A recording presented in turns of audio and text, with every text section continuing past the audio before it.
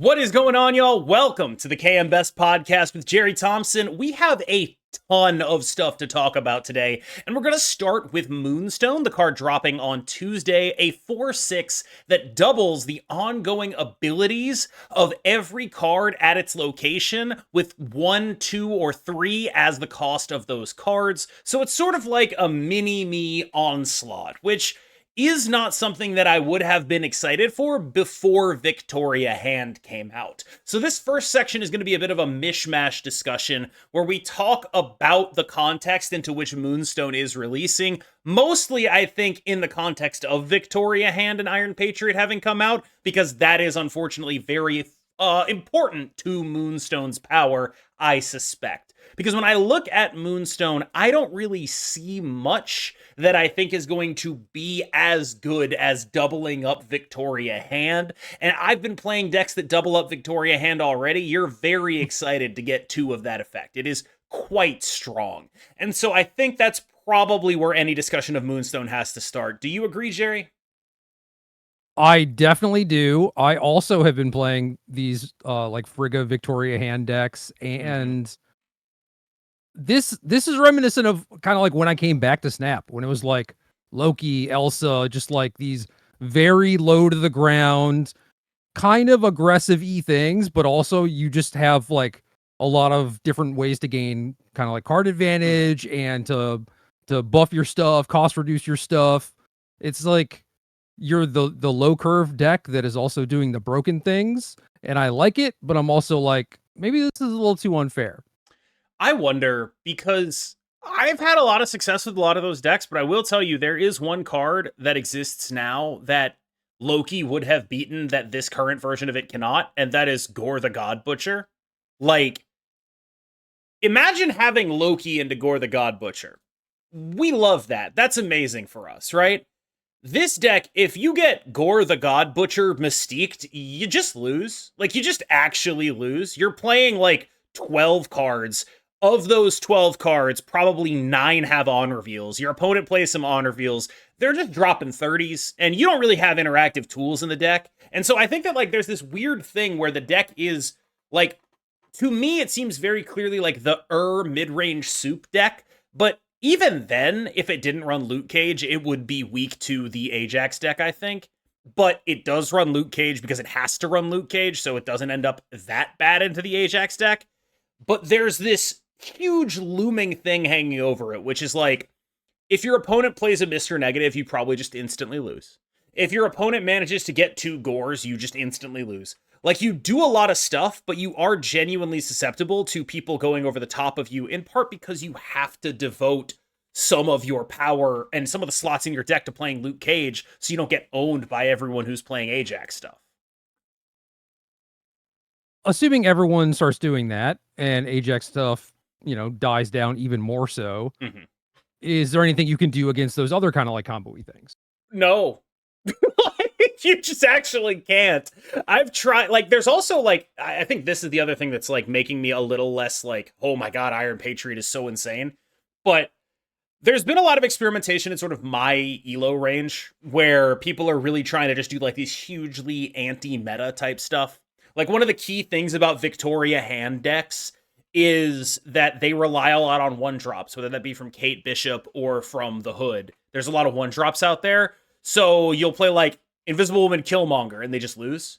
Or you'll play... The other thing that I've seen a lot of people doing is just, like, playing Ronan the Accuser, because it's like, what, you're going to get cards out of your hand? No, you're not. Like, this is bigger than your Devil Dinosaur. It's just got 2 more points. I'm sorry, buddy. Like, there's been a lot of just, like, shockingly successful anti-meta BS, basically. And I've played some of it fairly reasonably, and I'm not saying, like, this stuff isn't necessarily a problem, but it is the kind of problem that lends itself to actual solutions. Yeah, I mean, it is weird and interesting. I mean, I don't know how inbred you can get at the top of the ladder, because it seems like every time I talk to you, like there does seem to be enough diversity. There is, or at least there are like people who are known for like playing their own decks too. Yeah. Right? Or like a specific archetype. So it is really hard to just like counter queue every single person. So I don't know. I don't know if that's like a good or smart thing to be doing. Also, you don't necessarily like queue into someone who is exactly at your rank, right? So I don't know. I feel like a lot of that stuff is kind of blown out of proportion unless the V-Hand Patriot stuff takes off and that there is really this solidification of what people believe the best version of that deck is. Yes. I think that, like, generally you can make a couple of, like, sweeping statements about the meta. The first is some form of V-Hand Iron Patriot is really good. We're not sure exactly what form, but it is really good. The second is Iron Patriot itself is the king of mid-range soup. Whatever mid-range soup deck you're playing, I don't care what the rest of it is. I don't care if it's Wiccan. I don't care if it's Anti-Venom. I don't care if it's Malekith. I don't care if it's Galacta. You're probably playing Iron Patriot in it. And if there is an argument that Iron Patriot is a problem, that sentence that I just said probably is the argument. As far as V-Hand, I think she's a little underrated, weirdly, but a little bit weaker on balance because she requires more out of you, and you just got to get used to being willing to break draws in your deck. Like, I was playing a lot of V-Hand Wiccan stuff today, and it was just like, oh, okay, I'm playing a lot of V-Hand Wiccan. I'm curving out one drop, thing that puts 2 cards in my hand, thing that puts 2 cards in my hand. I'm missing a draw. Fine, I'll live. Like, you just have to be willing to be like, yeah, it's fine, whatever. The generated cards are just probably better as long as I have the stuff that works with them. And most of the time you'll be right, and it is a little bit crazy that we're there. I will say that this stuff does remind me of Loki decks, but I do think that would be overstating my case a little bit, where it's like, there is an aesthetic and functional similarity that lacks the overwhelming ability to beat the hell out of any counter that Loki had. True. Yeah, I mean, you are priced into, like, playing the cards for full cost for the most part, you know? I mean, it depends on how hard you go. I think V-Hand is interesting because it on paper, it looks like a card that's like, play as many cards as you can that generate cards, right? And then, like, play Quinjet and just, like, totally maximize it. Like, that has to be what your entire deck is about. And pretty similarly to what you did with Ajax, it is just, no, like, play this in a fairly small package. Yeah. You don't need to go like Coulson or whatever, like any of that nonsense. It's just like, play with Patriot, Hood, Kate Bishop. And it's like, that's fine. And how many points do you need to get out of your 2-cost thing for it to be worth it? You know, like, Iron Patriot is maybe giving you 20 or whatever. You never know. But it's definitely not. But if V-Hand gives you like 10, like, that's fine too. Iron Patriot, the only scenario where Iron Patriot is actually giving you 20 is Gore. That's it. Oh, basically. Yeah. But, like, that does happen. Sometimes. It does happen. It's not zero. Yeah. I don't know how many cards it is. I was kind of joking before about this card where people are just going to complain about getting, like, effectively, like, 0 outered. Dude, like, literally only card I could have lost to. And then, yeah, first thing you say to me before the cast is like, oh, Iron Patriot and Gore are so stupid. I'm like, dude, you're the guy. I'm the guy. I'm doing the thing. But, like, I don't know. For some reason, I feel like it is more, not necessarily, like, more noticeable or impactful with IP, but it happens in a much more guaranteed and impossible to beat way. Like, I had 2 games today that I lost to randomly generated Ronan the Accuser. It's just like, yup. Like, all right. I sure do. It's just like, question. Yes. Question. How many other cards would I have lost to? No, I wasn't even going to go that far. I would assume the answer is kind of high. I think the answer is probably like 5. Yeah. Yeah, it's a non-zero. It's not a 0 outer. Yeah, it's not a 0 outer. I mean, 5 is like, that's solid, like 2%. Yeah. You know, like that's a whole number. We're not talking about like fractions of percent. Definitely not fractions. In these games, yes. Were you able to contest the Iron Patriot location? Generally, the answer was no. And I think there's, like, some weird dynamics going on with that, where it's like, a lot of people that I've noticed are actually really skimping on 3-drop follow-up to Iron Patriot.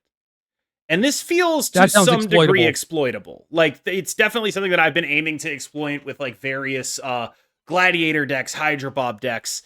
There's definitely some stuff that, like, feels like it is very, very good and strong into that kind of stuff. There are going to be situations, though, where just because of your hand or whatever, there was no contesting that guy. You put a guy in the wrong location on turn 2, and you don't have anything big enough to contest on turn 3, and you just get got. That does happen. I'm not sure that's like, if that's a feature or a bug. I do think that if maybe you don't have something like Gladiator rolled up, then maybe you are supposed to not play Hydra Bob on turn 1. I think that's entirely feasible. I do a lot of that, yeah. You're supposed to hold the Bob so you can do 2+1 there. The problem, of course, is if you are playing a Wiccan deck, you can't do that, but yes. Yeah. Ideally, you have another 1-drop. Wiccan decks tend to skimp on them for some reason. I don't know. It's because you need stuff. It's because you I need understand. Stuff. I understand, man. I get that. People are just like, I gotta have a big card to play off my Wiccan or whatever. And it's like, yeah, that's kind of true, but like you still need to start on turn 1, period. Your Wiccan sucks and then your deck kind of sucks. So, I've gone next level with this, and all my Wiccan decks that are running 3 1-drops, they also don't run 6-drops. So I've just overloaded the middle of the curve instead. Just Wiccan into all 3s, baby. Yes, let's go. You're just Wiccaning into like, mono 3s. You had like 3 4s in one of the lists I saw. I was just like, what is the point? I don't know. I tried that one. That one was just like, we have Wiccan in here to high roll. He's not actually a Wiccan deck. He's just like there for the times when he works. But playing it with like 2 1s. Yeah, with like 2 1-drops. It was just like, he was just there. He was just there to be there. Like, I did not really have a ton of faith in that list. That was definitely a day 1 thing. But I gotta tell you, like, when it works, there's gotta be a better way, brother. When it works, you feel like a genius. You're just like, look how little I invested in this Wiccan. Yeah. look how free this guy was. What a beast.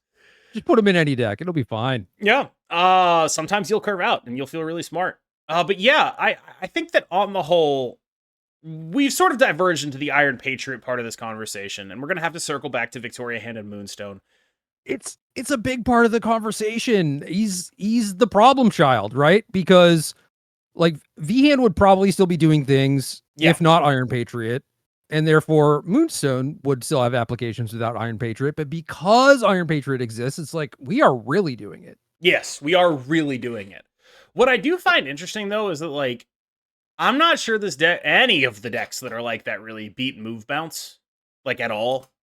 I just think they probably mostly don't. Like, you're still mid-range, and you're gonna lose to anything that puts 30 in 2 locations. And boy, when you're putting as much crap on the board as these decks do, a dagger just actually beats you. Like, dagger 2 move, you're dead. Like, you just actually lose. And then they can just do whatever they want to figure out what the other location's supposed to be. I tend to play decks like this a lot. Like I said, I remember the Loki Elsa era fondly. I do too, even though I shouldn't. And I like these decks quite a bit. And Dagger beats the hell out of me every time because I'm just loaded up on 1s and 2s. Yep. And every time I'm daggering, they have like 1 card in 1 location on turn 3 or whatever. My daggers are always terrible. Daggers always incredible against me. What's the word for that? Interesting. What is the word for that? You're the guy? You run a 0-outer. How come they always have no cards when I'm trying to dagger? 0-outer. It's definitely not a 0-outer. It is a very real card. No, I'm trying to draw an analogy here.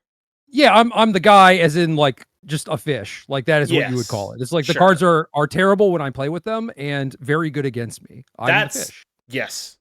I'm the dead money at the table. As someone who has felt like that over the last few days, I empathize greatly. Like, I empathize so greatly with that. But the difference is I actually am a fish. What? Is rank 24 low for you? I'm rank 13 right now. Oh, okay. So then why do you feel like a fish? Just lost a lot of like... Basically, I feel like a fish because whenever I got a randomly generated gore, I never got 8 cubes out of it. I feel like a fish because I'm snapping bad. That's why I feel like a fish. My opponents are better at snapping random generation than I am, I think. At least right now. I'm working on it. But that is actually a dynamic that we probably should talk about is holy crap, there are so many early snaps in this game. And boy, you're probably just supposed to leave every time it happens. Like unless you know, like if they're Iron Patrioting you and you can't win that lane, like you might just be supposed to be out of here. I'm snapping on turn 1 and turn 2 a lot, and Mm-hmm. I don't click that button very often. I just forget it's there. But Yeah. now when I have Iron Patriot in my hand, I'm like, ooh boy, we're doing it. Let's go. We are doing it, apparently. Something is getting done for sure. And I do think that, like, in the context of Iron Patriot itself, I'm actually not, like, I'm cognizant of the fact that this happens all the time, right? A new card comes out, everyone runs it, it's really good, and then it sort of evens out. And I think I'm cognizant of that for both of these. It's like, I still remember when Fenris Wolf made a ton of sense, right? I still remember when Fenris Wolf was a really good card and Goon Knight was like the best deck in the game. I was there for that. It was an actual week. It really happened. Was it real? Yes, it was real. And then, like, various things changed about the context to make that a lot less relevant. Like, the decks that were playing 4s and 6s became less common. It was a much better deck into Wiccan stuff than it was into anti-venom stuff. And as anti-venom stuff picked up, it became a little bit more awkward to be that deck. But it's not like it was bad in anti-venom stuff. You had Black Bolt for them. Like, it was good into that until they just got good enough at doing points that you, not being a Luke Cage deck, kind of got screwed.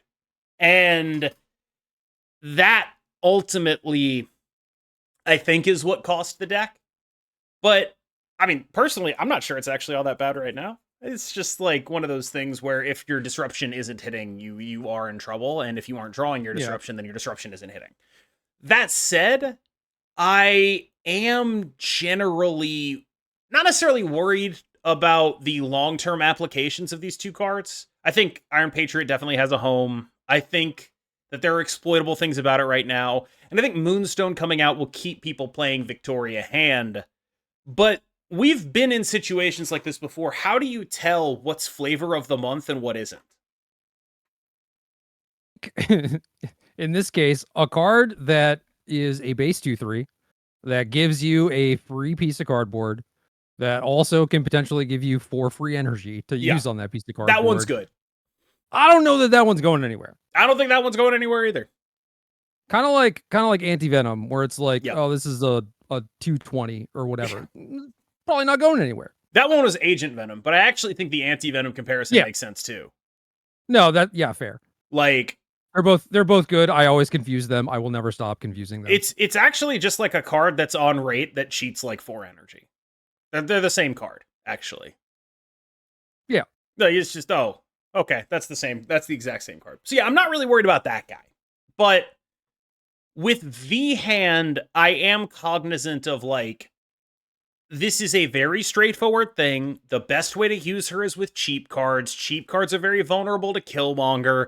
You are going to have some defined weaknesses because then if you want to try to go up higher on the curve, you end up wanting to be like a Quinjet Coulson deck. And if you want to be a Quinjet Coulson deck, you end up vulnerable to Mobius, unless you want to be a Quinjet Coulson Wiccan deck, which you can do, but those decks are actually pretty hard to build because you have to figure out if you want to be playing Quinjet and other 1-drops or if you want to be playing Quicksilver. There's kind of a lot going on. Silver is not very good at winning Iron Patriot locations. It's better than not having a 1-drop. Well, yeah, but I'm talking about still playing a bunch of ones, you know? Sure, yeah. But it is like Hydra Bab. Hydra Bob is quite monstrous, yes. He's big. I don't know. I don't know why he's so big, but he is. We'll get to Hydra Bob. I do want to circle back to Moonstone now, though, here. Yeah, let's do it. So 4/6 double your Victoria Hand is basically how I'm reading this card. Is there anything else that you're seeing her do? It's weird because it's condensed to one location, and a lot of the ongoing stuff also affects just that location. So it allows you to go like really tall into a location, and there's some other weirder stuff that you can do. But like speed comes really to mind, for example. Yeah, sure. But like I said, going really tall, right? But like you could play Ms. Marvel. I don't really want to. No, you currently. couldn't. Oh no, she's too big. Yeah, she's too big. There's nothing. Wait, what? Wait, what if? Okay, what if she is bugged? It? Oh, okay. No, what? Well, okay. Now you're cooking. Yeah. Do you think it's going to be bugged like how Malekith was with Zabu? Could you Zabu Uh, the Ms. Marvel and then Moonstone it? I really hope not. Now am I cooking? I hope you're not cooking. I don't know. Mystique is the other thing that comes to mind where it's like, if you want to get a card, if you want to double an ongoing effect and get it into the location Moonstone is at, you could play the card and then Mystique it. Okay, but what is a good thing to do that with that you would want to have like an ongoing in lane A, right? And then you Mystique it in B, and then you still need to Moonstone it. Devil Dinosaur. But like, why do you need to Moonstone it then? You have 2 dinos. Yeah, because the second one's going to be twice as big. Number's good. Bigger number, better dinosaur. Yeah. Yes. Yeah. Like, I don't know. Like, you could do stuff like that. I worry often with Mystique, that introducing her into your deck just always makes your deck worse unless you're like full combo, because there's just going to be so many games where she does like flat nothing. But yeah, there are definitely situations where a Mystique Dino is not big enough, but a doubled Mystique Dino would be. I mean, sure, but then it sounds like you just went through a lot of work for what, man? I don't know. The other thing that's really weird is like, okay, you could do, I guess Ms. Marvel doesn't work unless it is bugged, at which point, I don't know, you're still jumping through a lot of hoops. But say you go like Mr. Fantastic, Mystique, Moonstone, or whatever. It's like, that's still not even good. And then any of the stuff that goes super tall, you've just put all of your ongoings in one location. And if anyone starts playing Enchantress, they just nuke. I mean, hold on. Mr. Fantastic, Mystique, Moonstone they get doubled, right? So it would be 8 to each location? Yeah, sure, but then it's not bad. You have 888. Yeah, I mean, okay, it is bad. Sure, fine, it's bad. It's well, no, sorry, 8-8-10. Yeah, but 10, like, okay, what if your final turn? What if your final turn, like, what if you already had the Moonstone there and your final turn is Mr. Fantastic Mystique there? Boom, Dr. Doom. You did just build your own Doom. Yeah. You've done it. I've created a Dr. Doom. I'm sure no other cards could possibly do that there is no combination of 3 cards and 10 energy that could do something that good. No, I mean, then what, you're supposed to Spectrum on top of that or something? It's just like, ugh. I had someone ask me. None of this sounds good. I had someone ask me if they thought that, or if I thought that Madam Web would be required for like Sam Wilson Spectrum decks. And it's like, what do you mean Sam Wilson Spectrum? When is the last time Spectrum has been even close to playable? Yeah, they were cooking. They like that's one of those statements or questions, I guess, in this case, that makes me feel like I'm on level 2 or something. They're on like level 7. Yeah. They're so far ahead. They've already looked into the future and seen that Spectrum will get buffed to 6-9, and they're just like, I live in that world, and then when that happens, I need to know if I need Madam Web for the 6-9 Spectrum deck. I mean, at that point, I don't know. I feel like, what is Madam Web even doing for you? Because like moving stuff, and it's ongoing. Why is moving stuff relevant though? It's ongoing, Jerry. It goes in your ongoing. There are other 2-cost cards. That but like it's ongoing. That do things. Presumably, maybe. But I do actually think her ability is better than any other ongoing 2-cost card. Comes with the commensurate downside of being a 2/1, but it is better. Occasionally crashes your game. Not even occasionally. Like I played one Madam Web today, and it crashed my game. Randomly generated a Madam Web, crashed my game. Phenomenal. Oh, that's funny. Yeah. I didn't even put it in my deck. Just showed up and crashed my game. And I didn't even do anything weird with it. I literally just moved a guy. Crashed me out. I had to go back in, stop everything I was doing, slowly move him over, stop there, and then I lost the game anyway. Thanks, Madam Web. Maybe do so much for you. I don't think it was her fault. Who did that to you? Was that like Mirage or something? What deck were you playing? No, it was like some random card that I randomly generated from whatever pile of random cards I'm generating. Okay. Like it was just like your average randomly generated Madam Web that just like showed up. That's what she does. Just don't play it. Don't play Colossus. Well, there was a location we couldn't get into in the game. There's like an altar of death, and it was like, this is actually important to play. Like she's important to my game plan here, unfortunately. In theory, but what if Yes. she makes it so you can't play the game period? Well, that is unfortunately like, actually, none of your locations work now. It's actually so insane how like the game crash that, as far as I can tell, is at least in some way dependent on how fast you play, is in the one deck that takes the most game actions and also takes the longest time to think of anything. Yeah. It's such an unlucky rip. Like, if that was on basically any other card in any other context, people would not be this mad, but that's already a hard deck to play, and then also sometimes you die. I think it's just putting the skill cap on the archetype, right? It's like you get half the fuse if you're playing move bounce. Yeah. So like just 5%. The way to nerf move bounce is actually to make the Madam Web bug happen more. I mean, how consistent is it? I feel like it happens every time you are either taking an action quickly before or quickly after moving a card with Madam Web. So at any point while her animation is around, so like let's say I have a Madam Web in the middle and I move something to the right, if I don't wait for her whole thing to complete and for her VFX to disappear, I will crash the game if I play a card during that window. Yeah. I don't think you need to buff her nerf, I guess is the best way to put it then. I think it's time to make her crash the game more. I think that is my solution to this problem. I'm available for hire Glenn Jones. It would solve your problem, I suppose. Yeah, just make it so the card is non-functional. Yes. And or just start vipering it, man. Easy. The problem is, like, this is the weirdest thing about the Madam Web thing, is it only ever crashes the game for you. Like, this is the fish thing again. But Madam Web never actually kicks both of you out of the game. So like you're the only one crashing to the thing every time, as far as I can tell.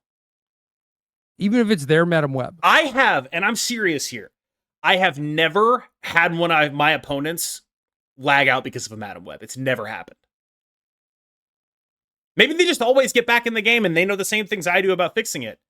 But it literally has never happened. There are other people complaining about it. Yes. No, no. But my impression is... It's not your opponents. Yes, my impression is, though, that it's not like game ending. It's just like this annoying thing that happens, and then I can get back into the game and take my game action 10 seconds slower, and I will be fine. Okay. But I can imagine how that would be frustrating. Yeah, I don't want to have to do all this like intricate stuff. Like I'm just trying to play Snap because the games are like 3 to 5 minutes. You know, like. Well, what if we disrupted your flow and made you wait to move your cards? Would that be good? No, I think that would be good. I don't like that. I think it's a good pitch. I don't like that. Okay. I just realized there's a 100% chance that Madam Web Moonstone is going to crash the game, right? Oh. Like, it's just gotta. Why is everything that crashes the game an ongoing, by the way? What's up with that? I mean, I guess it does kind of make sense, where if there is just like a floating ability, it has more chances to interact with things. Sure, that makes sense. Whereas like on reveal is just one and done, you know, whatever. You know, the game in theory doesn't have to think about it anymore. I don't know. I am not a programmer at all. I feel like this Madam Web thing it's approaching Mount Bugmore for me, where my Mount Bugmore is Kang and Kitty Pryde, and now Madam Web. At what point do they just disable VFX for her? I genuinely have no idea why they haven't. It seems kind of insane if that is actually the problem. The only assumption I can make is that there is something else going on beyond VFX, or it would have been an incredibly simple fix. Yeah. Well, or they just don't know. They're not certain. So it's if just like, they don't know, I mean, maybe they just don't know that it's from VFX or whatever. But I can't figure out how they wouldn't know that. Like, It seems like there have been a decent amount of VFX stuff. Like I brought this up precast too with Iron Patriot and oh my god. playing it in like the silence location, and it just Yes. like the That's an old stars one just keep though. dropping and it pauses and That's an old one though. That used to happen with Zabu. There's something specific about like Isle of Silence and Deep Space with location or with abilities that affect cost on things that are not on the board that causes their animations to constantly play. It is that's weird. entirely beyond me as to why. Like that Yeah, I that don't know. that's like a like people say spaghetti code a lot, right? Because none of us are really coders and it's just, haha funny. That feels like actual spaghetti code. There's like that is just genuinely kind of inexplicable as to why it happens. Yeah, I mean, I played a lot of Magic Online, Yeah. which was Magic the Gathering playing online. It was built in like the year 2001 or something, or came out then. Famously well constructed and good looking program. Not so much, but I did love it. But yeah, there were a lot of problems like that where it was like nothing would even really change. It was just like a new set would come out or something, and then it was like, up 5 of the cards just crash the game or whatever. It's like that's weird. And yeah, it is just spaghetti code. That was like how they did it. I would hope that this is not the same thing, but I don't know. I mean, yeah, you're talking about like a very specific set of circumstances where it's like Isle of Silence. Iron Patriot is not even an ongoing card, but it does have like this kind of like hanging static ability sort of thing that is waiting for the next turn. And then, yeah, reducing costs with things that are not in play or in your hand or whatever. I don't know. Yeah, it's such an odd and specific thing to happen, but it's like seemingly, as far as I can tell, related entirely to the animation. Uh that did remind me though, my favorite little wrinkle on Moto is that like what was that really broken deck that won by taking 10 billion game actions but wasn't determinate? It was very Four recent. Horsemen. No, Four Horsemen. no, the one that like it has like a some sort of tree folk denizen type guy. No, no, no, no, no. It was like the entire top 8 of a pro tour or something really recently. Oh, Nadu?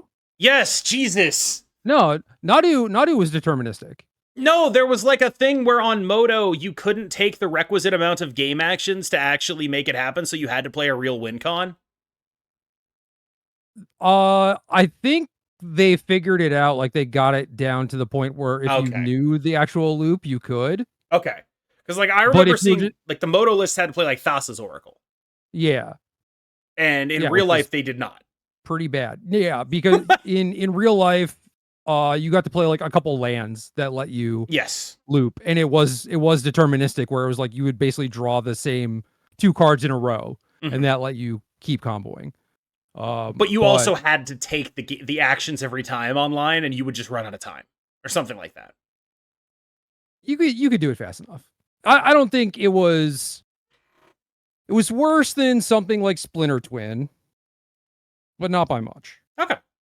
Because I always find that like that is just an objectively hilarious situation where here is a card that is total ass in the deck, totally pointless in the deck, but you have to run it because of the technical limitations of the program.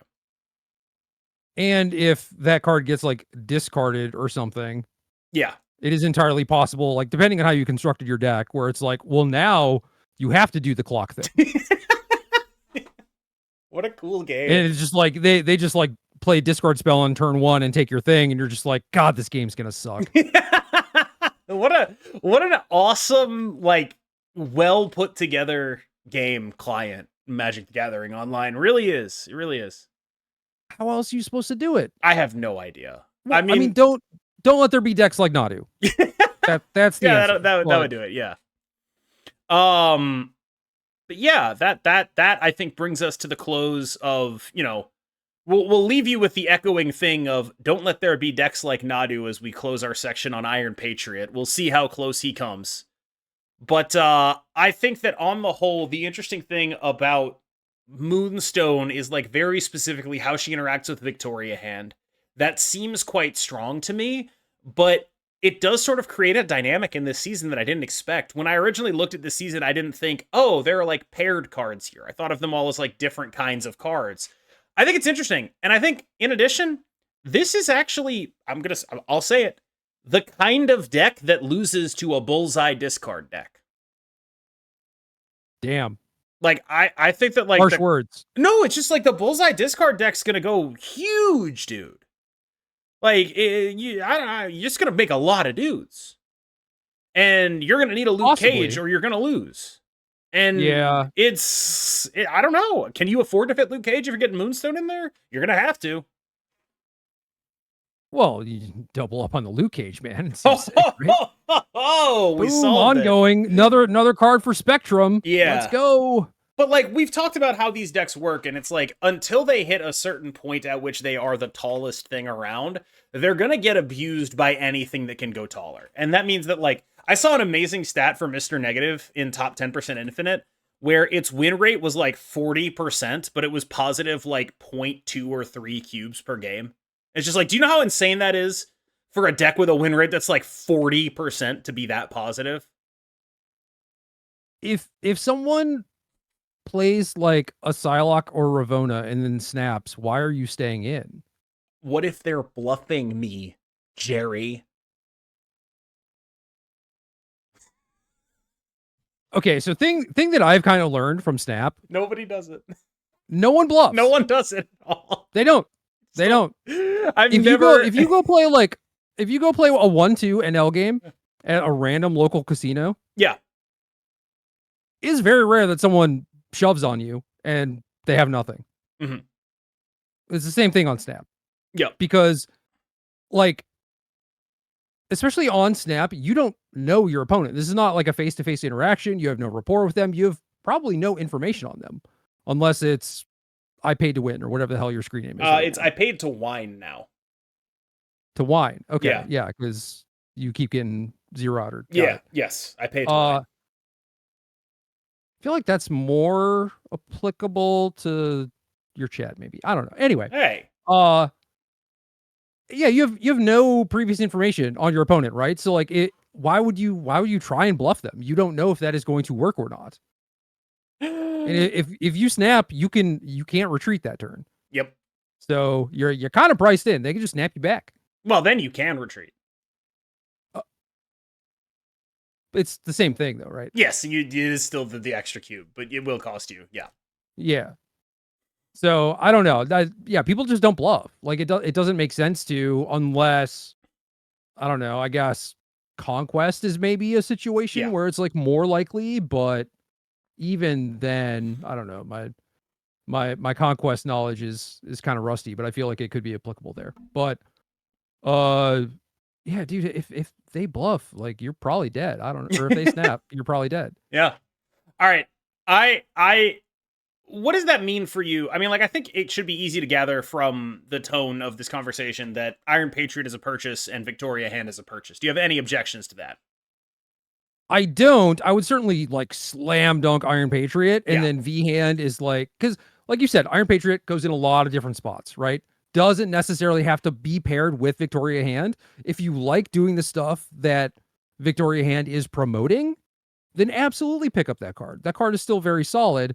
And on the topic of Moonstone, it's like, yeah, you can pair Moonstone with it, but do you need to? Because I do think a lot of the stronger Victoria Hand packages in a lot of these decks are minimizing that package to some degree, like getting the most bang for your buck that you possibly can.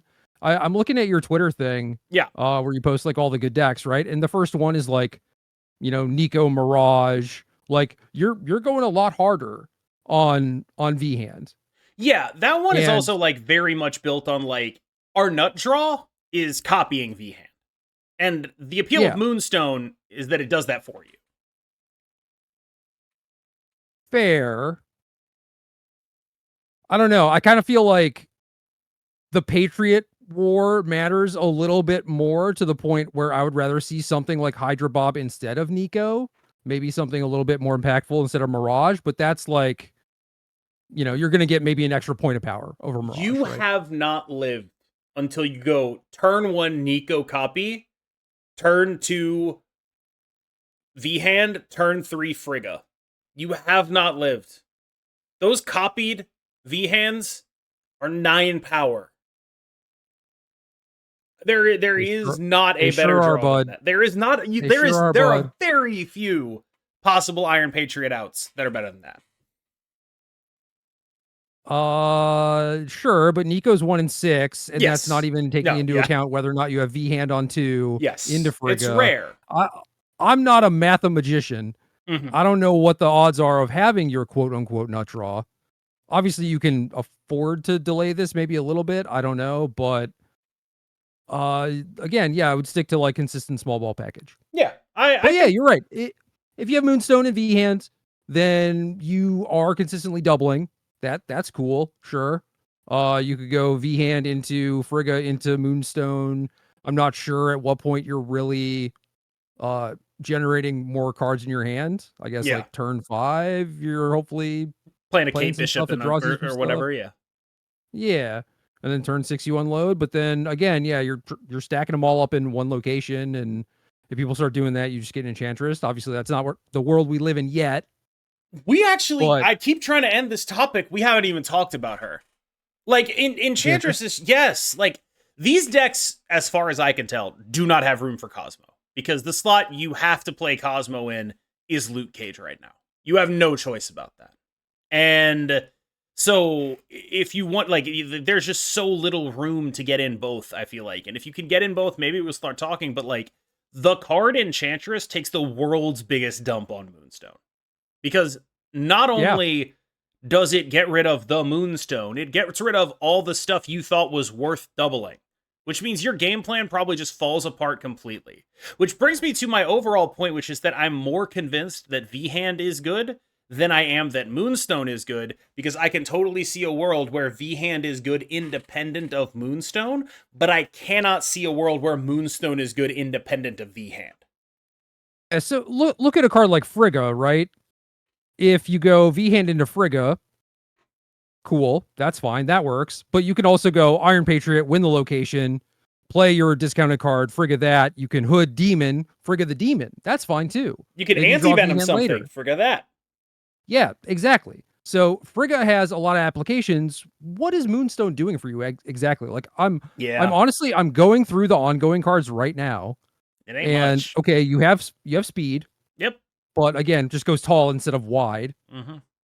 And the one that I saw where I'm like, maybe this is a thing, not for this deck, but like this is kind of the one thing I'm seeing that allows Moonstone to go kind of wide, and I'm just off it completely. Okay. What is it? I don't think this is a good idea. Cerebro.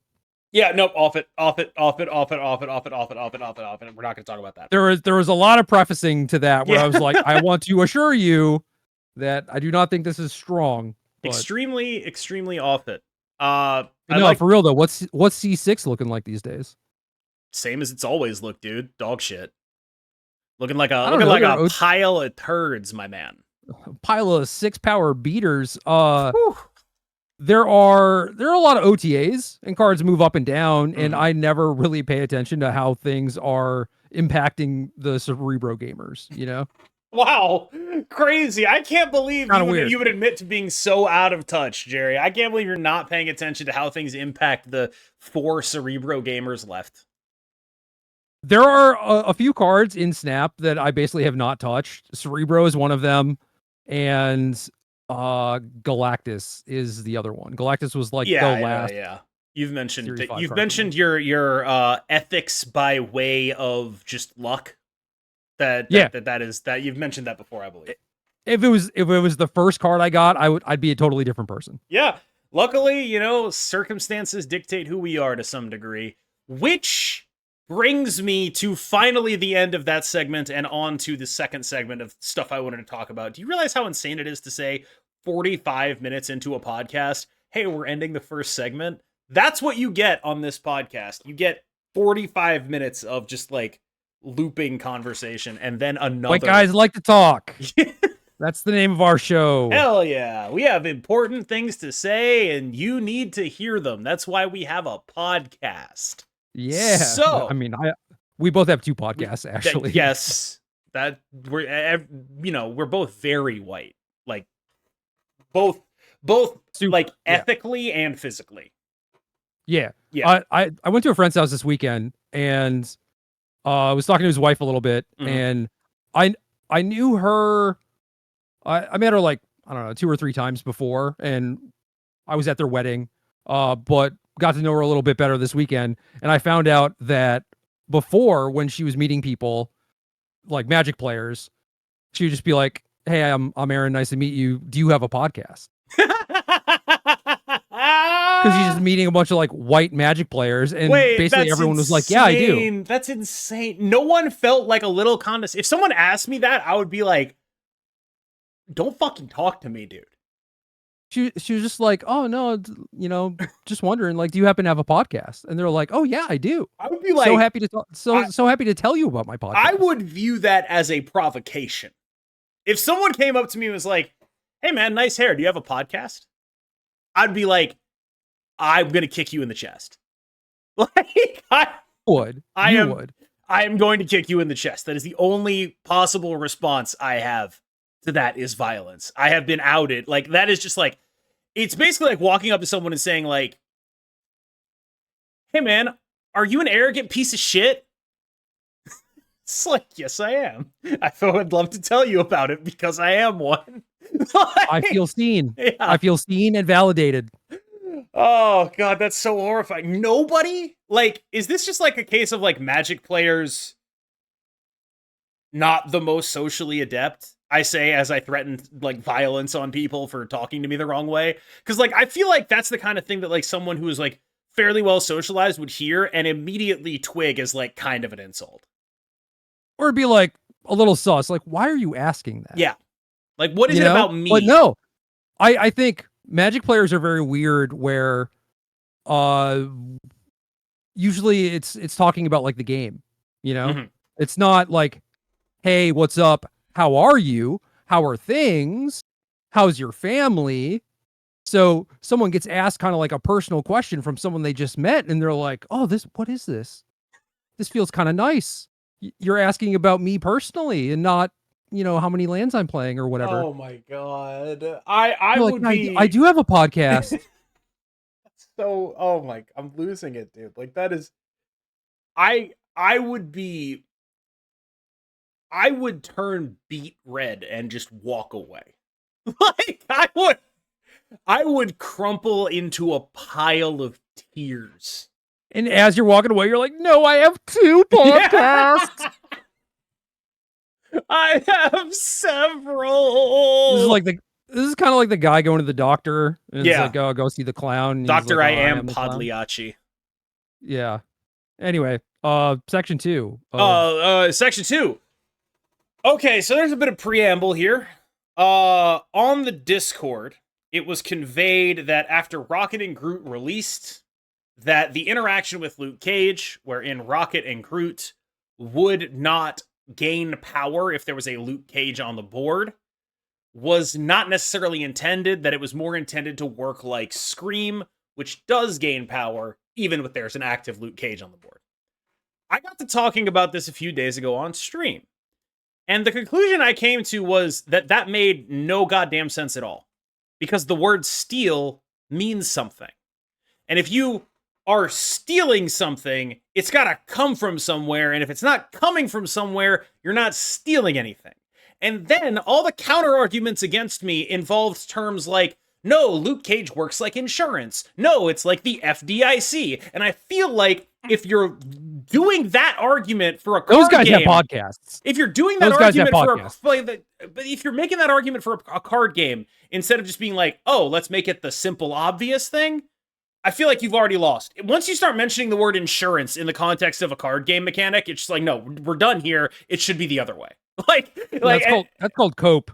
And so once I got more convinced of that, I got convinced it's like, no, actually they're wrong. And Scream is the one that shouldn't work the way that it does. And then 2 days ago, I want to say, Glenn actually posts such that he was like, "You know what? Actually, Scream is the bug. And I've never felt so vindicated in my entire goddamn life. Because every time I thought about it, I ran up against one very specific thing. And it's that if I steal $2 from you, but I don't actually get your $2, then I don't have $2. You still have $2, so I do not. It is zero sum. So here's the thing, though, is that I don't know that you can code the word steal explicitly. Like, I take a power from you and I gain a power. Those Yeah. can be separate actions. Yep. Right? And steal could be a flavor keyword. Sure. But I agree that Luke Cage breaks that. And if you're trying to use steal instead of, I don't know, just that gets -1, this gets +1, then yeah, it like you should probably keep that consistent. I think that makes a lot of sense. I feel like what makes the most convincing thing to me is once you zoom out of game mechanics, it's like, how would you explain this to an 8-year-old? And if you start mentioning the word insurance, you're fucking done. Like if you talk about the FDIC to an 8-year-old, like my heuristic for a game like this is it should be this is a like Marvel card game. You should be able to explain it to an 8-year-old. The whole point is the simplicity. If there's something that says steal, it should steal. Simple as that to me. Yeah, I think so too. I think that just makes a ton of sense. And honestly, for games, I think having the things be like pretty easily understandable is definitely a good thing. And Snap strives for that. Like, their cards don't have a ton of text on them. Things like Nico aside that have like 6 different versions or whatever, right? But like all the cards are basically like one ability or maybe 2 on some of the offenders, and maybe a card makes another card or whatever. But like for the most part, they try and keep stuff simple. So yeah, it's stuff like this where it's like, yeah, you got to get insurance involved. Nah. Also, Luke Cage don't care about none of that. We're going to get to Luke Cage in a second, because this is all sort of still the preamble, to be honest with you. But there's a couple of digressions that I want to take before we get to how much I hate everyone's favorite anti-afflict card. Okay. Second part of the preamble, I just want to dive into, like, people were like, oh, I think this is a real nerf to Rocket and Groot. It's like, no, it's not. This would have been irrelevant, mostly irrelevant. My ballpark mentally, I tend to put mental ballpark numbers on stuff, which is a terrible way to think about stuff, because it's like, it makes it sound like I'm much more sure than I am. So when I say what I'm about to say, like, please understand this is still just a mental ballpark number. I feel like Rocket and Groot, 95% of the time, this is not going to be a majorly impactful thing. Like, in order for it to be an impactful thing, they have to play Luke Cage, and that point power has to matter, and all of that has to happen immediately, right? And I'm not saying it's non-zero. And it had to be a thing where otherwise the rocket would have triggered, right? Like the rocket would have had to be on the correct lane. Yes. Like, I'm not saying it's non-zero, but Luke Cage would be a great card against this card no matter how it worked, just because at worst it's cutting him in half, right? Yeah. And all of this is to say, like, I feel like maybe 5% of Rocket and Groot's power was wrapped up in this interaction. And so having it confirmed that it won't get a 5% buff or whatever, like, yeah, that sucks. But that card is not meaningfully worse. Like, I've been playing that list I posted, the first one of my Twitter decks with speed in it, right? If you replace Rocket and Groot right now, if you replace speed with Rocket and Groot in that deck, the stats on it get better. So what are you complaining about is basically where I'm at. Like, this is a card that is very clearly one of the best curve 3-drops in the game. You bought it to be one of the best curve 3-drops in the game. I don't think there's a good argument for this being... I don't think there's a good argument for this swaying your purchase, basically. Like, I think if you were going to buy it, you probably would have bought it anyway. I also have a good argument against this, but I don't know if we're at that point yet. What do you mean?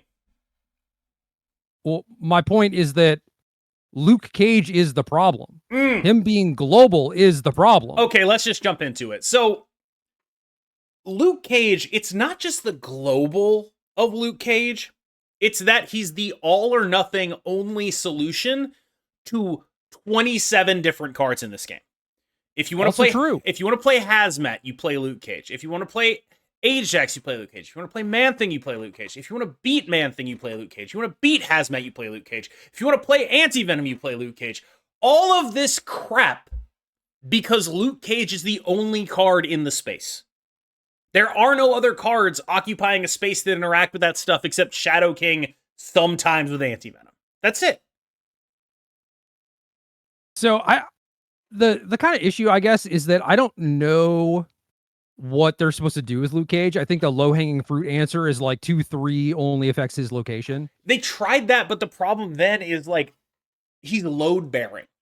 He is so every afflict card is so predicated on him existing that you basically have to do a balance pass on like 10 cards in order to fix Luke Cage. And then it's just like, what is even the point? So you can print another Luke Cage and sell it? Wouldn't that just make everyone mad? Like, I was gonna say, or yes, make another Luke Cage and sell it. I think they can't do that. I straight up think they cannot do that. You can make a new, different Luke Cage. You could make Luke Cage that's like an on reveal, give your things their power back. Sure. How does that work with an ongoing card though? Brother, I don't know. It's not up to me to answer that question. Sure. No, I think while there are a bunch of Luke Cages, remove on reveal, remove afflictions. Sure. From your things. And yeah, I guess. Yep. Well, I guess that's a way to separate it. Instead of like global and location, one of them stops permanent afflictions, one of them resets. Yeah. No, like there's a lot of things you could do. You could also do like one of my things is like, what if there's a Luke Cage, but it only stops the first negative power? Okay. Like that stuff I think is really interesting. There's room there. There's things to do there. A lot of the time that's the same as current Luke Cage, but there are situations where that isn't true, right? And I think that like that provides, some dynamism there. What if there was a card that did that? Because what that would do is make it total ass with something like Anti-Venom. You're now not just getting that thing back for free. It would matter. That would be an impactful thing. And it would be good. It would be good at stopping Hazmat. Yes. Right. But it would not be good if something comes out where it's just like meteor, like boom, neg tenure thing. I mean, I hope they never make a card like that. But like, it wouldn't be good against, even Bullseye or Man-Thing. I mean, it's still good, right? But it doesn't completely hose them. And that's the issue. That is kind of the problem with Luke, is that it just hoses all the afflicts, hoses all the different types of them, all the locations. It's a 3/3. Why not? Lets you play Anti-Venom too. Sure. Yeah. It's the only card in the space.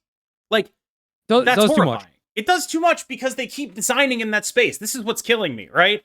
Luke Cage didn't used to do too much, but then they made a bunch of cards that play in that space, and now it does too much. And it's like, because I am reminded, like, I kind of wonder what would have happened if they just stuck to their guns on keeping Luke Cage 2/3 own location. Like, I almost wonder if this is a consequence of like their design timetables and their development timetables, because I don't know how far ahead they work, but I think it's like 6 to 8 months, right? If Luke Cage is a problem now, they'll be able to solve that problem in 6 to 8 months. That ain't good. Yeah. I mean, like you said, any change that you make to Luke means that you do have to do a balance pass on all the afflict cards, right? But if anything, I would think that if they were going to like split Luke to some degree, I'm not saying necessarily like the ways that we suggested, like that was just kind of like top of dome. Yeah.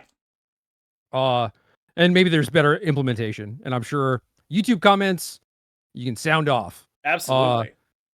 But they could, in theory, like release that card at some point in the future and then make whatever changes they deem necessary, like change Luke at that point. And then if they feel like, Man-Thing needs to move down a power or whatever, then they can just do all that stuff. I think that would make sense. But like, this stuff takes time. It does. And like OTA wise, what could they do to Luke? Just like take power off him? Make him cost 4? Sure. Like that all makes him less playable, but like it's not a satisfying solution for either the afflict people or like the people who are looking for a defense mechanism against that stuff. Yeah, it's the all or nothing nature of the card, where it just works too well with too many things. And I feel like Anti-Venom was the thing that pushed it over the edge. But now it's going to, but like the reason this comes up is because now it's going to work against Scream. And it's just like yet another card that Luke Cage is for some reason the counter to, or the best thing to run with.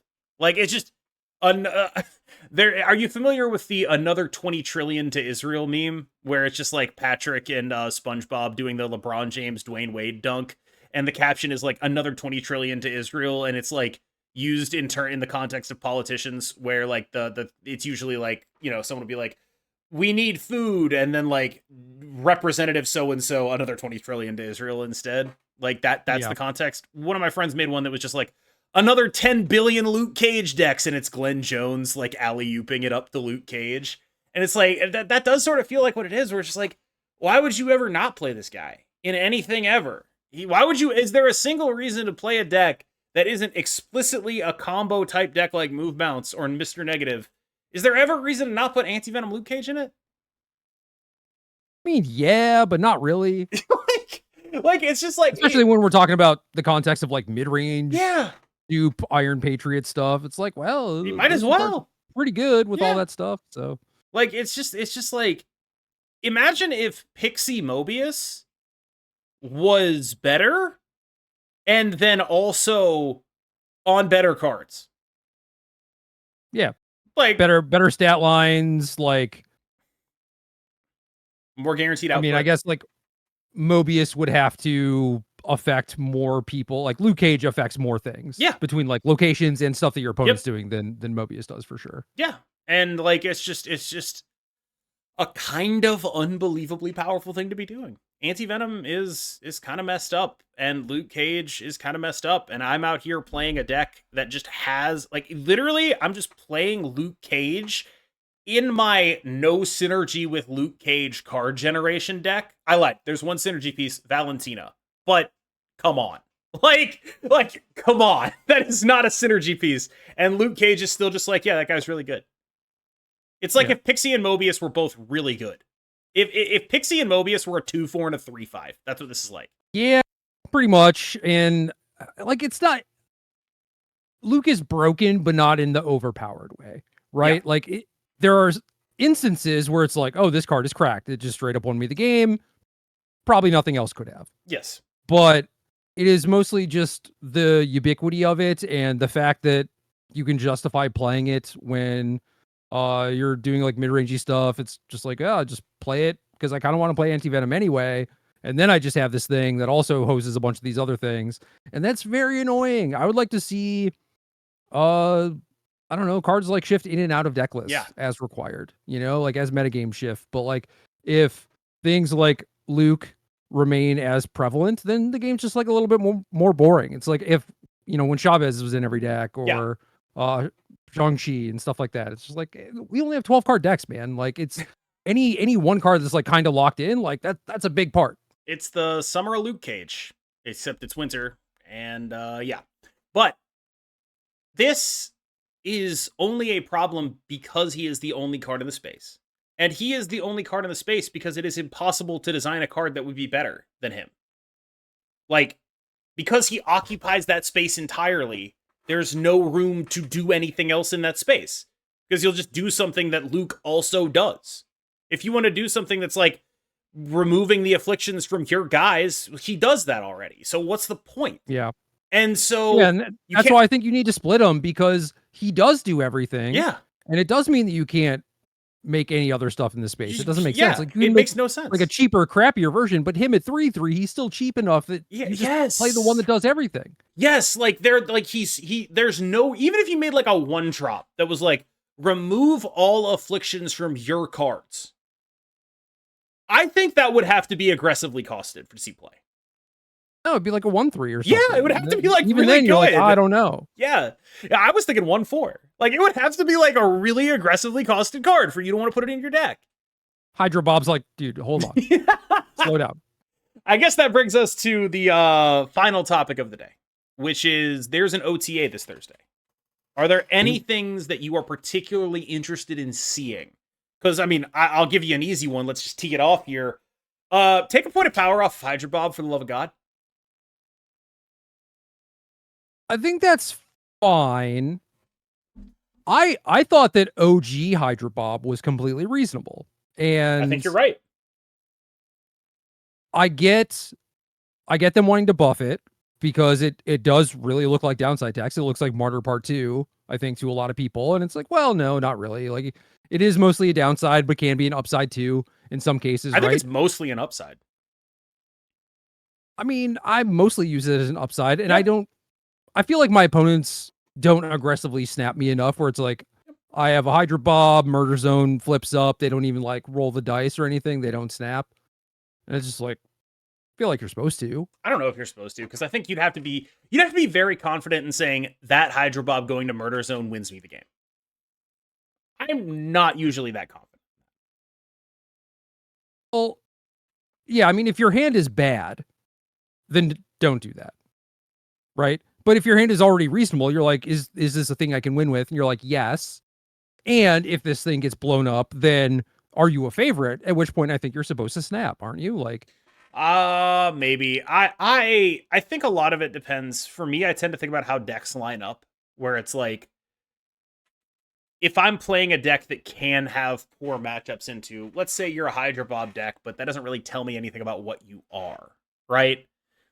especially these days. I Yes. think. Like I don't, you could be the kind of thing that where it's like, even if I blow up your Hydra Bob, I don't think I'm favored. There are things like that where it's like, okay, I'll Iron Patriot you. Or I'll play Wiccan. Or something that's just like so much more impactful than blowing up a 1/5, such that it ends up really obviating it a lot of the time. I'm not I do think you're a little bit off base on this. I would argue that if you can't contest Iron Patriot, you probably should not be playing right now. Right? I mean, there's like, some exceptions. Isn't that just kind of step one to approaching? I think there are also going to be like decks where it doesn't necessarily matter one way or the other. Like if you're playing Move Bounce or whatever, you don't give a shit about a Hydra Bob. Like who gives a shit?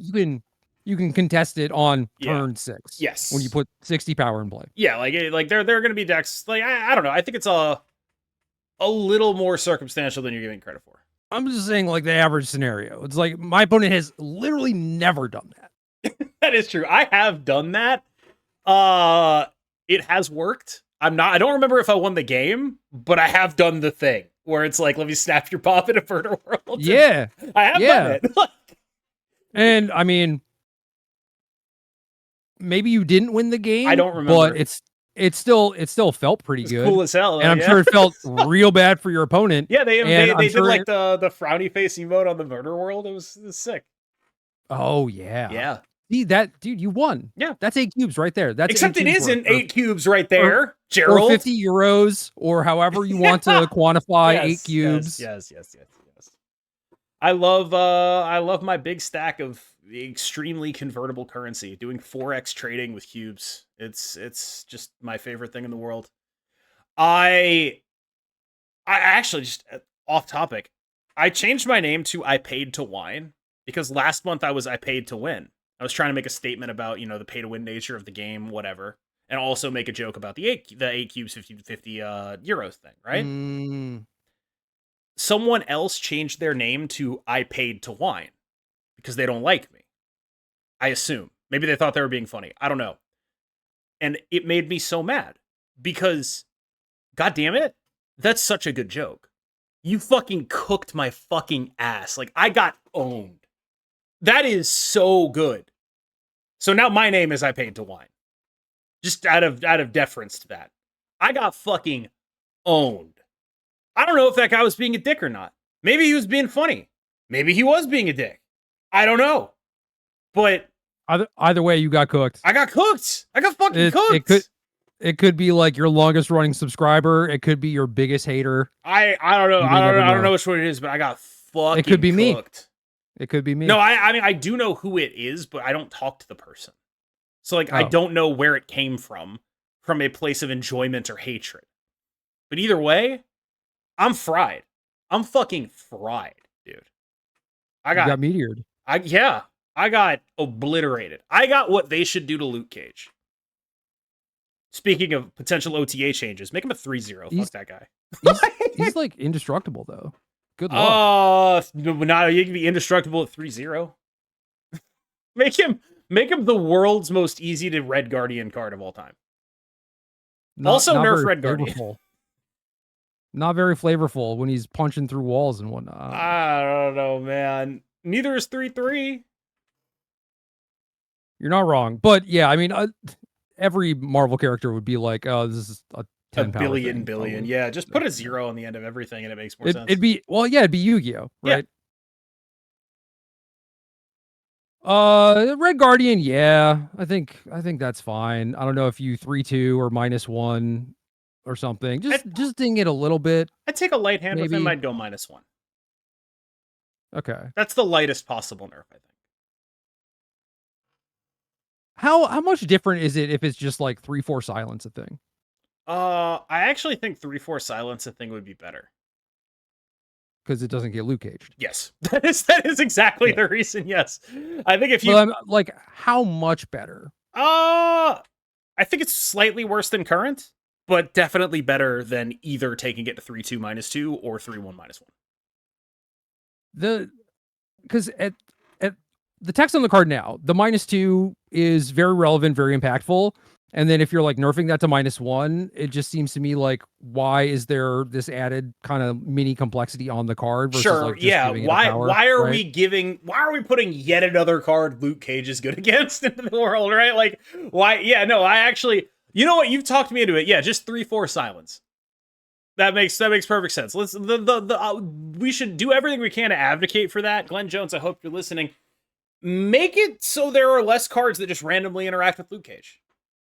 We did it. I do like that design space though, but Luke does ruin it. Luke ruins it entirely. It's very upsetting. Are there any like Series 1 cards you think are safe to buff? Because we saw Enchantress get buffed and still suck horribly, which gives me hope because I tend to think that they over-index and over-worry about the Series 1 metagame. Well, it's funny to me because you buff Enchantress, okay, she still sucks for the most part. Yep. But a lot of that has to do with lack of powerful ongoing cards. Like if she had great Shang-Chi had targets, right? And I mean, obviously his effect is very impactful. And he's not really a 3/3. But Enchantress most of the time is hitting a thing that is power related, right? So she secretly kind of has more power too. But yeah, there's just not a lot of impactful stuff. Like, yeah, we have V-Hand now, but much in the same way that we don't think that Moonstone is going to do much outside of V-Hands, I also don't know that Enchantress has like a real reason to shine or anything. Yep. But yeah, anytime you talk about doing the season 1 stuff, like I have to remember back to like what my early game grind was like. I don't know that they've meaningfully changed like the tutorial or onboarding process at all. I assume they haven't, but I could be wrong. I'll tell you what I noticed when I went back. Namor is a lot bigger than you remember. He has 2 extra points of power. That's an ongoing. Yes, it is. The on reveal stuff ends up being a little bit secondary to the ongoing stuff. And Shang-Chi is almost totally unplayable until you're really out of series like 2 because everything big is something that Enchantress hits. Yeah. I mean, is Shang series 2? Yeah. All right. Kind of thought it was 3, but no, Shang is series 2. It was a long time ago, man. But yeah, like it's basically like the on reveal one I think is the worst deck. The best decks are probably something along the lines of Zoo, Ongoing, and Devil Dinosaur. If I had to guess, I would say probably Devil Dinosaur type stuff is going to be the best deck. Yeah, but is it? I mean, best to the point where like Enchantress does see play already? Yeah, in that metagame, Enchantress is a very important card, but also it being a 4/6 wouldn't make it more or less important, and frankly, it being a 4/7 wouldn't make it more or less important. Like it already is that. The total power output is lower in series 1 compared to I don't know 2 or 3 or 5, right? And so I think any power adjustment you make is a little bit more meaningful. Sure. Because it's just smaller format and the total points you can output, you have a ceiling on it. I would like to see Claw reverted. I think he died for sins totally unrelated to him. What were Claw's sins? I thought his numbers just kept growing, and then His he was numbers just are like, really "Oh." good, but it was explicitly because he could be played in the Agent Venom deck as a second Mystique target. That was his only role. And so at the time he got nerfed, they also hit the rest of that deck. And he just totally disappeared. Because he wasn't actually a key reason why his deck was good. He was just along for the ride in a really strong deck. And he was in every build of that deck because that deck had exactly one build because of just like the way in which it was constructed. And so it meant that his numbers looked really good, but I think it was a mistake to react to them by nerfing him. All right, so we go Moonstone into Claw somewhere, Mystique. and then Mystique the Claw. Let's go, and then baby. Moonstone it. And I think that might be the one. I actually do think that sounds like not bad. That it sounds not bad to me. Yeah. But because especially if in the Moonstone location, you have a thing that goes tall. Like you have a speed in there or whatever, right? Like you go you go do stuff, speed, Moonstone, Claw, and then Mystique the Moonstone location, and then die to Enchantress. Tight. Yeah, let's go. Let's go. Let's do it. Yeah, no, you like info check your opponent. You're like, oh, 500 collection level. Damn, they have Enchantress. I'm getting got. I don't know. One thing I'm a little sad about. Here's my other pitch. I know this one's a little bit ridiculous. Khazar 3/4. Sheesh. I wanted to work with Moonstone, dude. Oh my god. Moonzoo. Give me a reason. Zoo give me a Stone. reason, dude. Just give me a reason to play Zoo. Just give me something. Season one. That's the reason. It's just like I don't know what it does for series 1. Yes. For series 5. Yeah, please. Yeah, give me a reason, dude. Give me a reason to play this archetype. I need it. So I would love if Blue Marvel and Gilgamesh were not both 5 costs. Also, yeah. I don't know what you want to do with that. I don't know which one you want to move down. It probably is not Blarvel. Move one up. It's definitely not Blarvel. I don't think so either. So then 4 cost Gilgamesh, smaller stats, of course. But 6, 4, 6, 4, 7. Oh, it's 5.9. It was 5. It dropped at 5.7, right? Yeah. I don't know, man. That guy's still like 20 power. Yeah, he's pretty big currently. Guy. Pretty big guy. So I don't know. We'll workshop it. Sure. In our workshop, we'll workshop this and angrily email it to Glenn Jones. Underground Dojo keyboard cage fighter. Nobody can see that unless they're watching on YouTube. Anyone listening on audio just didn't see Gerry do the type. Clack, clack, clack, clack, clack. Because clearly I'm a keyboard nerd with my metallic keyboard or whatever it's called. God, I tried one of those. They're very annoying. I couldn't Can't deal with it. I've never used one. Can't do it. I would like to float something to you. Would you care to take a look at the comments from our previous episode and pick out your favorite? Are they good or bad? I don't know. I've read them. Am I can't tab out a favorite or just a least bad? No, I think everyone is very complimentary, but I think we're gonna have to start explicitly asking for questions because I think they got the impression that it was like a one-time only Q&A thing as opposed to like a recurring but shorter segment. So there are just actually very few questions. So I wanted to ask you, in lieu of doing the Q&A segment, which for the record, if you're listening to this, we love questions. Ask them. It was not supposed to be a one-time thing. My bad. Every time. No, yeah, I thought you came up with a name for the segment. I did. It was like the snapback and then several abbreviations afterwards. But in lieu of that, I wanted to just give you the power to award one comment with a special pin. They get like the little special boy pin. They're the star of the episode. That is my plan. Oh, this is the episode I did in the basement. Yes. Nice. I have a comment in mind for it. But I don't want to step on your toes, so I'll give you a special boy and then I'll give me a special boy. 61 comments? Is that a lot? Are you like, whoa? That's so many.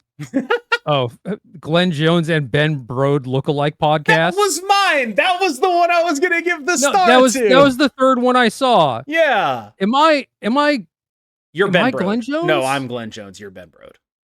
How am I Ben Brode? How are you Glenn Jones? I know I'm Glenn Jones. I mean, we're all white. Excellent. Excellently identified. No, it's the hair color. Chatter, we don't all look the same. It's the hair color. Like No, we kinda do. you have Ben Brode's facial hair. I kind of have Glenn Jones's facial hair. That's what it is. You have his little like goatee and then scruff, and I have the beard. I don't see it, but I see it. I definitely these see are it. very well structured episodes, always a blast to watch. That's also a phenomenal one because we do not structure anything on this podcast. I was gonna say that wins the award for most satirical comment, surely. Most I will never play Wasp without declaring I'm surgical with this again. Love it. Is that your push pin? Well, they just got my thumbs up on YouTube, so they get at least that. You're surgical with this shit. I'm surgical with a Wasp. Dude, I am, for real. I don't know how you can be that, but okay. Oh yeah, we were talking about baseball. People talking about Barry Bonds. Yeah, got some John Boyce mentioned comments. Yeah, I'm gonna give you like a TikTok. You have 5 seconds to decide your favorite comment. Who's getting There are 60 comments, bro. Who's getting it? Well, the Wasp was winning. The Wasp was winning. Sure. Wait, what is the share glitch? Oh, the thing you were talking about where you were like, just click share and then don't actually tweet it. People did not know about that. That's not a glitch. That works for like every mobile game, basically. See, like this is where you get into it, because like Gerry is like a dog shit gotcha game veteran. Oh like, yeah, he's played so much animal. Ass. Like, I am an animal. Whatever terrible anime game you're thinking of right now, he has thousands of dollars in the hole. Has played those. I've played them. I don't stick with all of them. There's not enough time in the day for me to do the chores, the daily chores required for every single gacha game that exists. I have to pick and choose my favorites, or ones that I hate the least. I have played gacha games. Fate Grand Order, Fire Emblem Heroes, Honkai, Genshin. I think that's actually it. Marvel Snap. Yeah. Yeah. Oh, Sneaky was Sneaky Castro. Yeah. That one's also bad, though. I think it might be referencing a sex position, but someone else pointed out that the coach, Prolly, used to be named Prolly Racist. So that might have been what you were thinking of. Yeah, a lot of them are not good. I just knew that. I mean, shout out to early League of Legends, where one thing I've never... Even current League of Legends, I'm sure, but... Yeah, I mean, I don't think anyone's ever accused League of Legends of getting better about community management. I gave you 5 seconds a minute ago. Who is it? Are you trying to pretend you froze? No. I'm reading one of the comments, and I'm not sure how I feel. I'm going to just send you a screenshot of this one. You're going to send me... You're not even going to read it out? Oh, no. Read it. I will read it if you send me a screenshot. That's the thing. I will read it out. So you might as well do it.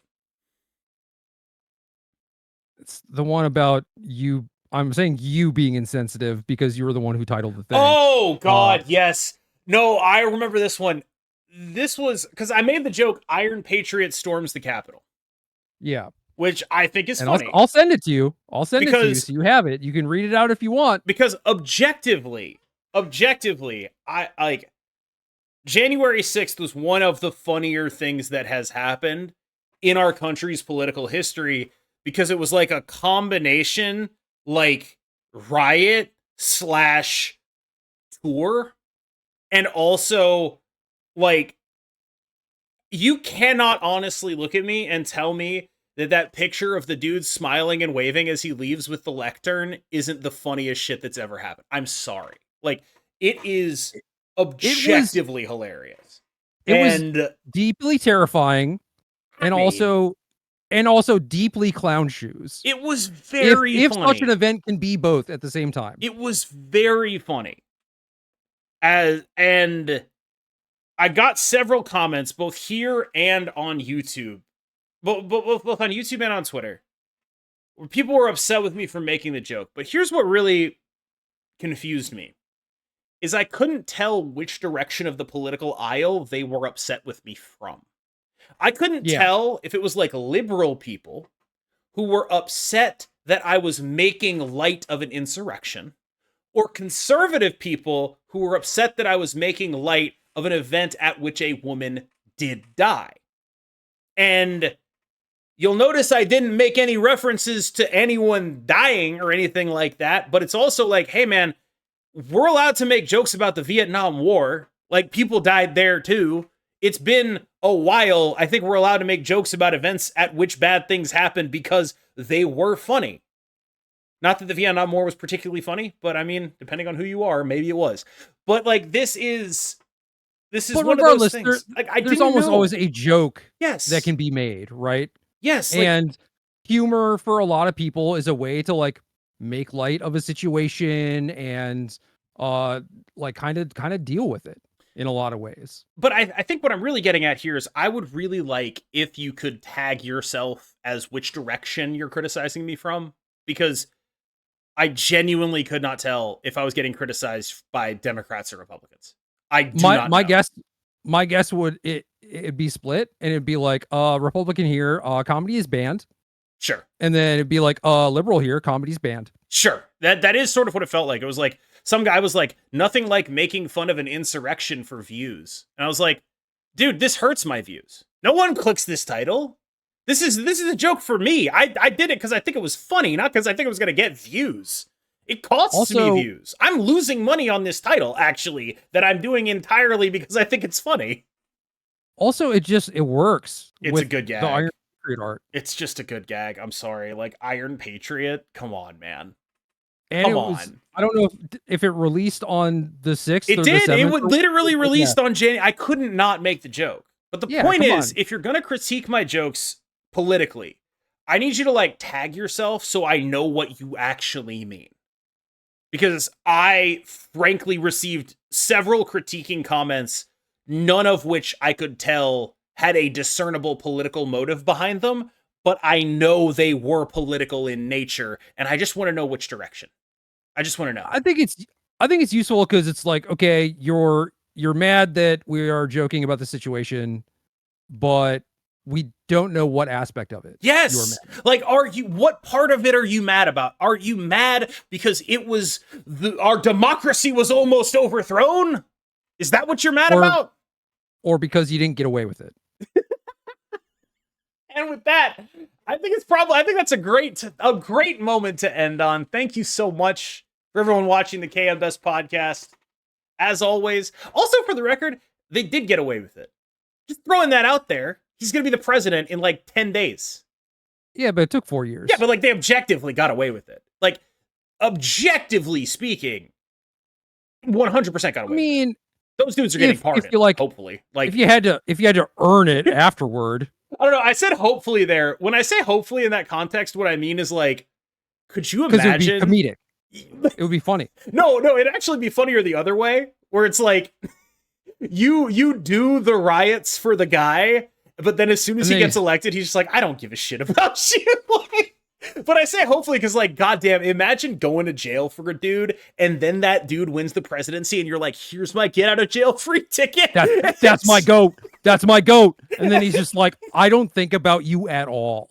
Like, anyway, the point is, I think they got away with it. Not that I'm hoping necessarily for it or anything like that, but like, goddamn, could you imagine the level of tilt you'd feel? If, like, everything goes right. You get the presidency back. Everything's going perfectly. You're about to be like set free and probably rewarded with a career in terrible right-wing talk show hostdom. And then the guy just forgets about you. God, how painful.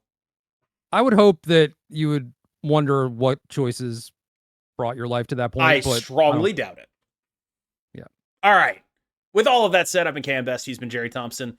We have had a blast today, and I hope you have as well. As always, thank you so much for watching. Remember to like and subscribe, follow on Spotify and YouTube, and we'll see you in the next one.